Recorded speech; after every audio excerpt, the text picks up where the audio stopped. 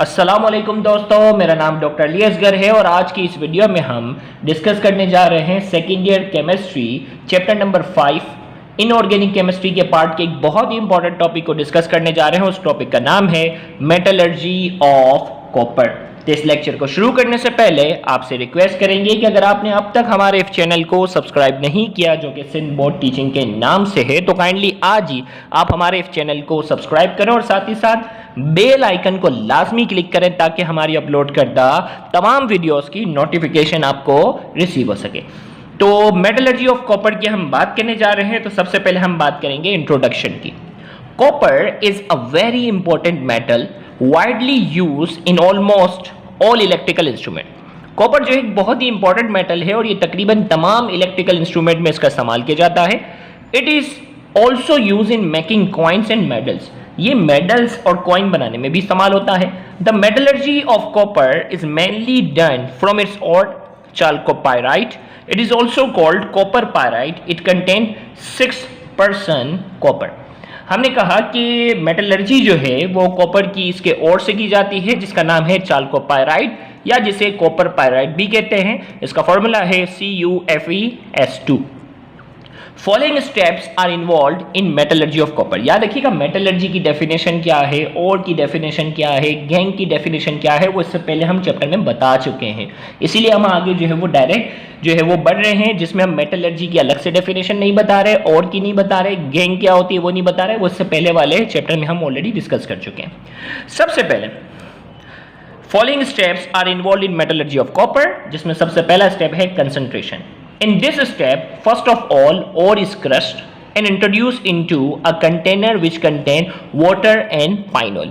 अब देखो भाई, सबसे पहले क्या करेंगे, कॉपर पायराइट लिया और कॉपर पायराइट को हमने क्या कर दिया, क्रश कर दिया। क्रश का मतलब इसके जो है वो हमने बिल्कुल पाउडर बना दिया और बिल्कुल पीसीस, पाउडर पीसीस बनाने के बाद इसको एक कंटेनर के अंदर हम डालते हैं और कंटेनर के अंदर क्या मौजूद होता है, पाइन ऑयल और वाटर। अब आपको मालूम है ऑयल की डेंसिटी पानी के मुकाबले में क्या है, ऑयल की डेंसिटी पानी के मुकाबले में जो होती है वो कम होती है। ऑयल ऊपर था, पानी नीचे था। अब हुआ ये कि हमने इसमें क्रश और जो है वो क्या कर दिया है, दाखिल किया। अब क्रश और आपको मालूम है ना, और के साथ जो है वो जो अनवांटेड चीजें होती है वो कहलाती है गैंग। और है ना, और जो है यानी चाल्कोपाइराइट के साथ जो गैर जरूरी चीजें होती है ना, प्योर फॉर्म में तो नहीं निकलेगा कुदरती तौर पर, उसमें जो वो अनवांटेड चीजें होती थी वो क्या हो, वो कहलाती है गैंग। और वो गैंग पानी के अंदर डिसोल्व हो जाती है और चाल्कोपाइराइट जो है वो पाइन ऑयल के अंदर जाकर क्या होता है, डिसोल्व हो जाता है। लिहाजा दोनों क्या हो गए, अलग अलग हो गए। चाल्कोपाइराइट ऑयल के साथ मिक्सअप हो गया, डिसोल्व हो गया, और बाकी जो गैर जरूरी चीजें थी वो पानी के अंदर जाकर क्या हो गई हैं, डिसोल्व हो गई। तब देखो भाई क्या हुआ, हमने कहा in this step first of all is crush, इसको क्रश किया and introduce into a container, एक कंटेनर के अंदर डाला which contain water and pine oil, जिसके अंदर पानी भी है, पाइन ऑयल भी है। Now the whole material is shake, as a result the ore is dissolved in the oil. फिर पूरे मटेरियल को हम मिक्स करते हैं जिसकी वजह से जो ओर होता है वो ऑयल में मिक्स हो जाता है। Which gangue is dissolve in water, और उसकी जो गैंग होती है पानी में क्या हो जाती है, डिसॉल्व हो जाती है। So they are separated from each other. लिहाजा मिक्स करने के बाद जो गैंग वाली चीजें होती हैं वो पानी के साथ नीचे बैठ जाती हैं और जो है वो पाइन ऑयल के साथ ऊपर की तरफ अलग हो जाता है। लिहाजा दोनों को क्या कर सकते हैं, अलग कर सकते हैं। ये पूरा एक कंटेनर में हम डाल दिया, ये जो था ना और था पूरा एक कंटेनर के अंदर हमने शामिल किया, नीचे पानी वाली चीजों को अलग कर दिया। फिर नोट करके यहां लिखा हुआ है gangue are unwanted material attach with any ore, किसी भी और के साथ जो गैर जरूरी चीजें होती हैं वो क्या कहलाती हैं, गैंग। फिर इसके बाद आ गया roasting. In this step the concentrated ore is introduced into furnace where it is heated at extremely high temperature, as a result following reaction take place. अब जो ना और है ना उसको हमने कंटेनर के अंदर हमने शामिल किया और कंटेनर के अंदर शामिल करने के बाद उसको बहुत ज्यादा हाई टेम्परेचर पे गर्म किया। बहुत ज्यादा हाई टेम्परेचर पे गर्म किया तो ये कॉपर पायराइट जो होता है वो ऑक्सीजन के साथ रिएक्ट करता है, बदले में जो है वो सल्फर डाइऑक्साइड गैस जो होती है वहां से रिलीज हो जाती है और पीछे जो बचता है वो आयरन सल्फाइड और कॉपर सल्फाइड बचता है, जो कि गौर से सुनिएगा आयरन सल्फाइड और कॉपर सल्फाइड का जो मिक्सचर होता है वो मेट कहलाता है। क्या कहलाता है, मेट। अब देखो भाई हुआ क्या भाई, ये जो और था ना इसको एक कंटेनर के अंदर हमने शामिल किया। अब इसको हमने हाई टेम्परेचर पे गर्म किया। हाई टेम्परेचर पे जैसे ही गर्म किया जो गैस निकलना शुरू हो जाती है ना, बबल्स जो निकलते हैं वो सल्फर डाइऑक्साइड के होते हैं और पीछे जो रह जाता है वो मिक्सचर होता है किसका, पीछे जो रह जाता है वो मिक्सचर होता है किसका, कॉपर सल्फाइड और आयरन सल्फाइड का मिक्सचर होता है जिसे नाम दिया गया है मैट का। तो यहां हमने कहा ये मैट रह गया। अब इसके बाद जो है ये मैट बच गया ना, अब इसके अंदर क्या करेंगे, smelting. Metallurgically smelting is the process of adding silica to other material. Smelting का मतलब होता है, मेटलर्जी की जबान में स्मेल्टिंग का मतलब होता है कि किसी भी मटेरियल में क्या करना, मट्टी शामिल करना, सिलिका शामिल करना। तो सिलिका को शामिल करेंगे। In this step some silica जिसका केमिस्ट्री में नाम है silicon oxide is mix with matte जो बच गई थी ना उसमें मिक्स करेंगे। This mixture into blast furnace is introduce into blast furnace, उसको एक फर्नेस में रखेंगे and the mixture is heated at high temperature. कितना टेम्परेचर रखेंगे, 1500 से लेकर 2000 डिग्री सेंटीग्रेड पर उसे गर्म करेंगे। Following reaction take place in this process. अब भाई ये मैट था ना, मैट के साथ अब देखो भाई सल्फर डाइऑक्साइड गैस क्या होगी, रिलीज होगी, पीछे मैट रहा।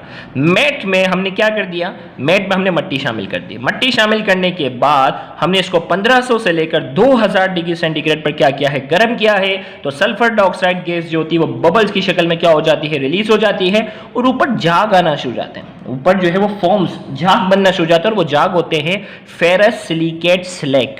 फेरस सिलिकेट के ये बाकायदा झाग होते हैं, ये ऊपर की तरफ आना शुरू हो जाता है और नीचे जो बच जाता है वो क्या होता है, कॉपर होता है। नीचे जो बच जाता है वो क्या है, कॉपर है। भाई मैट थी ना, मैट में मट्टी शामिल की, 1500 से 2000 डिग्री सेंटीग्रेड पर उसको गर्म किया, सल्फर डाइऑक्साइड के जो है वो गैस निकलना शुरू हो गई, ऊपर झाग बनना शुरू हो गया। और वो झाग जो बनते हैं, फॉर्म्स जो बनते हैं वो किसके होते हैं, फेरस सिलिकेट स्लैग के। किसके होते हैं, फेरस सिलिकेट स्लैग के जो है वो ऊपर क्या बनना शुरू जाते हैं, झाग बनना शुरू जाते हैं और नीचे जो बच जाता है वो प्योर कॉपर बचता है। कैसे, आइए मैं थोड़ा सा बताते हैं।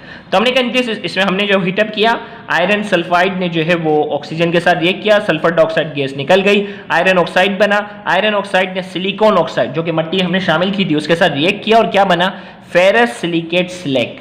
क्या बना, फेरस सिलिकेट स्लैग। स्लैग क्यों कहते हैं, देखें, not in this process iron silicate oxide is produced as slag which comes out of the material in the form of foam, झाग की शक्ल में बाहर आती है।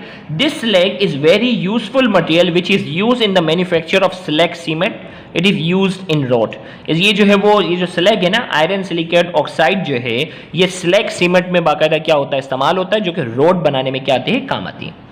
अब देखो भाई आगे इन दोनों को कंबाइन करके बता दें।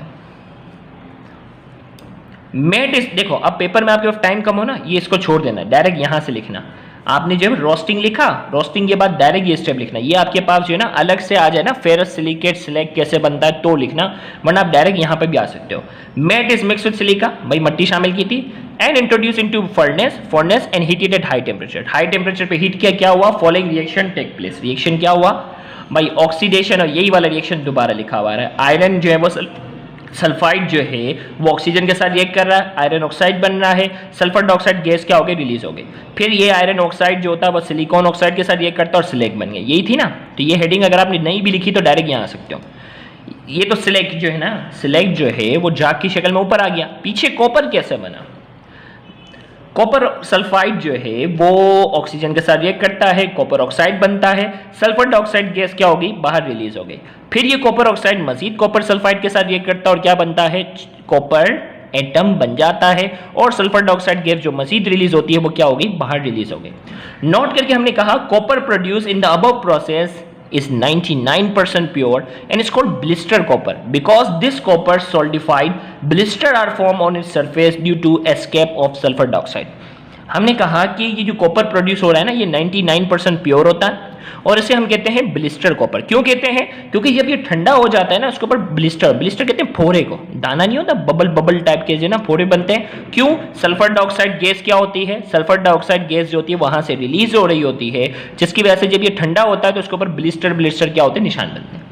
अब ये ब्लिस्टर कॉपर 99% प्योर है, हम चाह रहे हैं 99.99% प्योर कॉपर हो, तो वो कैसे हासिल करते हैं, तो हमने कहा रिफाइनिंग ऑफ ब्लिस्टर कॉपर। अब रिफाइनिंग ऑफ ब्लिस्टर कॉपर के लिए देखो भाई, यहां कॉपर बन चुका था, 99% प्योर था, हम चाह रहे हैं 99.99% कॉपर हो।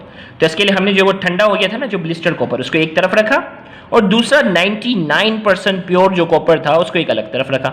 कॉपर सल्फेट CuSO4 का हमने सोल्यूशन रखा और इससे इलेक्ट्रिसिटी पास की। अब इलेक्ट्रिसिटी जब हमने क्या की है, इससे पास की, इलेक्ट्रिसिटी जब हमने पास की तो ब्लिस्टर कॉपर से क्या अलग हुए, कॉपर के आयन, कॉपर के आयन अलग हुए। और ये कॉपर का आयन किसके पास आएगा, कैथोड के पास आएगा ना, ये तो एनोड था। अब ये इसके पास आया, इसको इसने इसके एक्स्ट्रा इलेक्ट्रॉन क्या कर दिए, लौटा दिए, और यहाँ ये क्या हो गया, डिपॉजिट हो गया। यानी इलेक्ट्रिसिटी जैसे ही गुजारेंगे तो ब्लिस्टर कॉपर से कॉपर के आयन निकल कर प्योर कॉपर की तरफ आते जाएंगे, और ये कुछ टाइम के बाद ये स्ट्रिप बिल्कुल पतली हो जाएगी और ये बहुत ज़्यादा थिक हो जाएगी। मतलब यहाँ से कॉपर निकल कर यहाँ कॉपर आ जाएगा। कैसे, आइए। In this process, the blister copper brick and pure copper strip are introduced into electrolytic cell. In the solution of copper sulfate act as electrolyte. इसमें जो solution हमने जो रखा हुआ है वो कॉपर सल्फेट का रखा। The blister copper brick act as anode. इसको हमने जो है वो बैटरी के पॉजिटिव से कनेक्ट किया, एनोड है। और हमने कहा and with pure copper strip act as cathode. Pure copper को हमने बैटरी के नेगेटिव से कनेक्ट किया।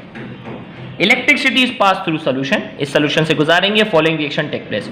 एनोड पर क्या हुआ, कॉपर से 2 इलेक्ट्रॉन रिमूव हुए, कॉपर आयन बना। ये कॉपर आयन जो है वो कैथोड के पास आ गया, ये कॉपर आयन कैथोड के पास आ गया, कैथोड ने इसके 2 इलेक्ट्रॉन्स को लौटा दिया और ये क्या हो गया, न्यूट्रल हो गया। ओवरऑल रिएक्शन की अगर बात करेंगे तो ये कॉपर जो ब्लिस्टर कॉपर से निकला आयन बना, ये आयन कैथोड पर जाकर क्या हो गया, डिपॉजिट हो गया। ये इलेक्ट्रॉन इलेक्ट्रॉन से cancel, overall reaction note. The copper produced in this process is 99% pure. यहाँ जो जमा होने वाला कॉपर होगा वो 99% प्योर कॉपर होगा। पेपर में आपने ये सारी डायग्राम अगर आप बना सकते हो तो बहुत ही अच्छी बात है, ये लिखना है। और एंड बात याद रखना, स्मेल्टिंग का जो प्रोसेस है, पेपर में टाइम कम हो तो इसको आप शॉर्ट करके रोस्टिंग के बाद डायरेक्ट आपने जो है स्मेल्टिंग की आपने जो है वो डेफिनेशन लिख दी और सिंपल रिडक्शन और ये सारा प्रोसेस आपने लिख कर आना है। तो यहाँ जाकर हमारा आज का ये लेक्चर जो है वो हमारा ये आज का लेक्चर मुकम्मल हुआ। अगर आपको हमारा आज का ये लेक्चर समझ में आया है, पसंद आया है तो वीडियो को लाजमी लाइक कीजिएगा। Thank you very much. अल्लाह हाफिज़।